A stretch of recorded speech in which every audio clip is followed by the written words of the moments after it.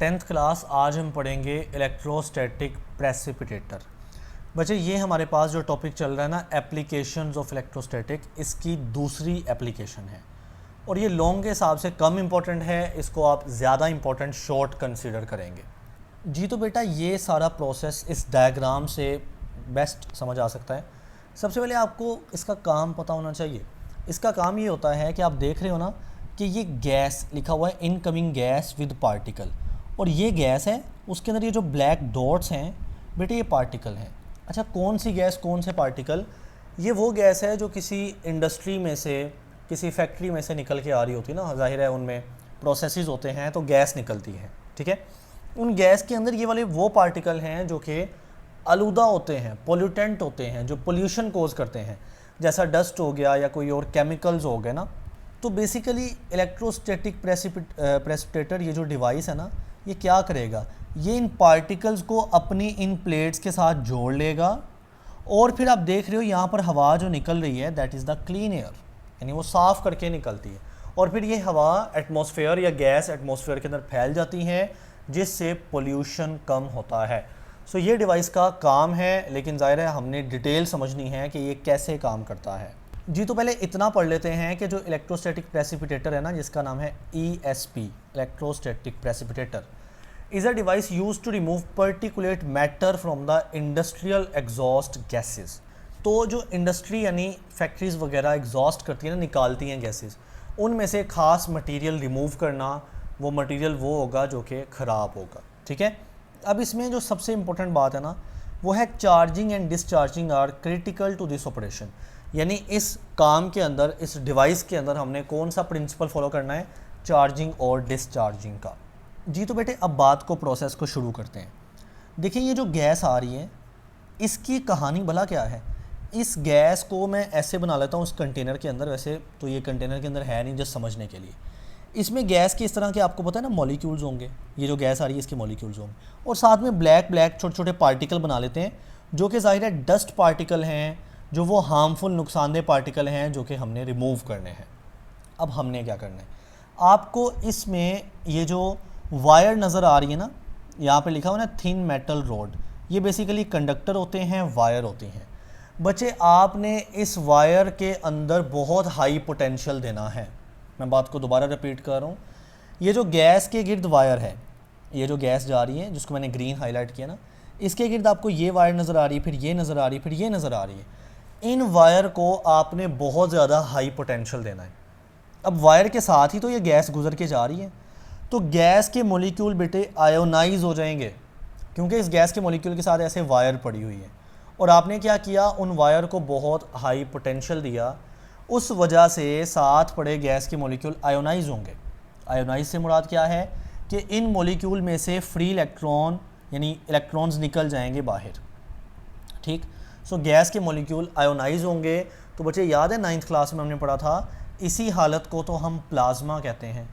Plasma क्या होता है, जब आप गैस को आयोनाइज कर दें, उसमें से इलेक्ट्रॉन रिमूव कर दें।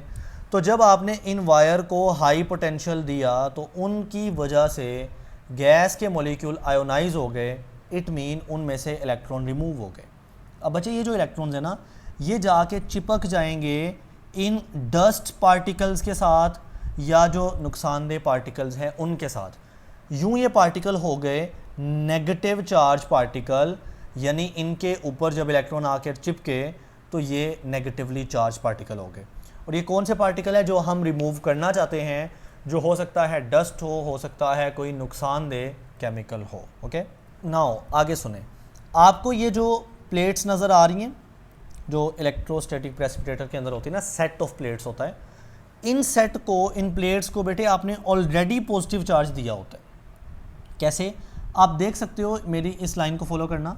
ये प्लेट ऐसे जा रही है और ये प्लेट किसके साथ जुड़ी है, इस पॉजिटिव के साथ जुड़ी है। सो हमने ऑलरेडी इनको पॉजिटिव चार्ज दिया है। नाउ ये जो गैस गुजर के जा रही है, इसमें जो ब्लैक पार्टिकल हैं, ये नेगेटिव चार्ज हो चुके हैं, तो यहाँ पे लिखा भी है नेगेटिवली चार्ज पार्टिकल्स, ठीक। अब ये ब्लैक पार्टिकल जो नेगेटिव चार्ज है ना, वो इन पॉजिटिव प्लेट की तरफ अट्रैक्ट हो जाएंगे। तो attract to the positively charge metal plate, यानी जो प्लेट्स है उन पर पॉजिटिव चार्ज दिया है, बस सिंपल सी बात है। और ये पार्टिकल को नेगेटिव दिया था नेगेटिव पार्टिकल पॉजिटिव प्लेट की तरफ आकर अट्रैक्ट हो गए, तो पार्टिकल अलग हो गए। अब जो बाहर गैस जा रही है that is the pure gas, pure इस सेंस में कि उसमें से अब नुकसानदेह पार्टिकल हमने निकाल दिए हैं। नाम है इलेक्ट्रोस्टैटिक, मतलब चार्जिंग का इस्तेमाल करके। जी तो रीड करते हैं, कहता है अच्छा इस प्रोसेस का नाम है कोरोना डिस्चार्ज, और ये शॉर्ट भी आ सकता है। कोरोना डिस्चार्ज क्या है? इलेक्ट्रिकल फिनोमिना है, जब आपने हाई वोल्टेज देना है ना तो उसे आयोनाइज होगी the air around the conductor, और कंडक्टर क्या था? थिन वायर थी। मतलब ये जो बारीक बारीक ऐसे तारे जा रही हैं ये कंडक्टर हैं, थिन मेटल के रॉड या वायर हैं। आपने इनको हाई वोल्टेज दिया तो इससे क्या हुआ? उसके गिर्द गैस आयोनाइज हो गई। ओके, तो ये कोरोना डिस्चार्ज प्रोसेस होता है। अभी कंप्लीट नहीं हुई बात।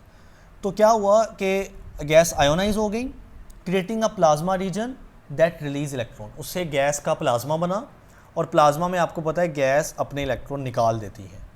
These electrons attach to the nearby gas molecules forming negative ions.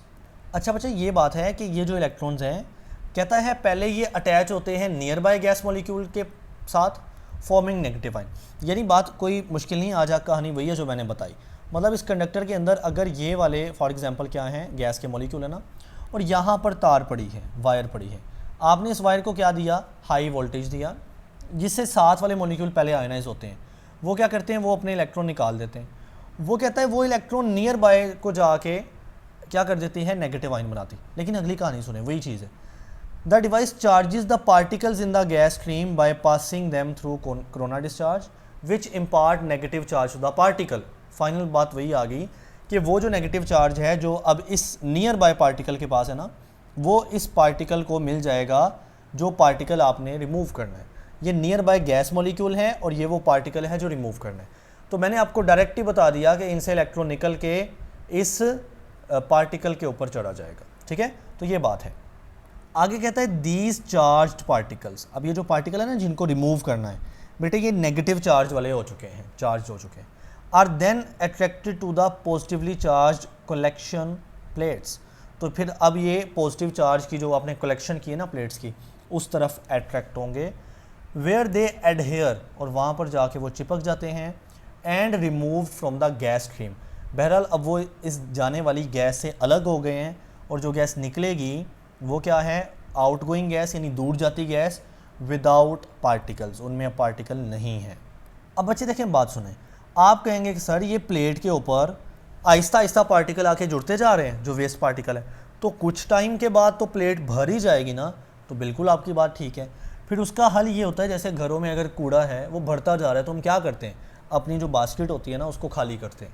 इसी तरह से फिर जब इन प्लेट के ऊपर ना ऐसे पार्टिकल आके भरना शुरू हो जाते हैं ना, तो जब भर जाते हैं तो अपने छोटे छोटे कंटेनर में उन पार्टिकल को जमा करना होता है, और उन कंटेनर का नाम होता है होपर। ठीक है, सो कहता है पीरियोडिकली, यानी वक्त के साथ साथ, बार बार जब भरे तब, पीरियोडिकली द कलेक्शन प्लेट्स, ये जो प्लेट्स हैं, आर डिस्चार्ज, मतलब इनसे भी रिमूव करना है, इनका चार्ज ख़त्म कर देंगे ना। सिंपल सी बात है बच्चे, इन पे पॉजिटिव चार्ज था तो वो नेगेटिव पार्टिकल इनको जाके जुड़े हुए थे। आप इन प्लेट को डिस्चार्ज कर दें, यानी इनका पॉजिटिव हटा दें, तो नेगेटिव खुद ब खुद नीचे गिर जाएंगे। ठीक है, सो आपने क्या करना है? प्लेट्स को ना डिस्चार्ज करना होता है, इनका चार्ज हटाना होता है, टू रिमूव द अकमुलेटेड पार्टिकल, और फिर साथ जो पार्टिकल अकमुलेट हुए हैं, चिपके हैं बच्चे, वो खुद ही रिमूव हो जाएंगे, विच फॉल इनटू होपर, और वो इस होपर, इस कंटेनर के अंदर जाके गिर जाएंगे फॉर डिस्पोजल, और बाद में आप उसको फेंक दोगे, डिस्पोज कर दोगे। जी तो अब फाइनली इस प्रोसेस का फ़ायदा लिखा है वो हम पढ़ चुके हैं कि this process ensures efficient removal of pollutant from the air. इस प्रोसेस से हम एयर में से अच्छे तरीके से जो पॉल्यूटेंट्स हैं वो रिमूव कर सकते हैं, making electrostatic precipitators essential in reducing industrial emission. Industrial emission जो इंडस्ट्रीज़ एमिट कर रही हैं चीज़ें, गैसेज, उससे हम क्या कर सकते हैं? रिड्यूस कर सकते हैं जो वेस्टेज हैं। जी तो बेटे इसको आपने यहाँ तक करना है, बाकी आगे दोनों एप्लीकेशन की जनरल बात है, यू कैन स्किप इट।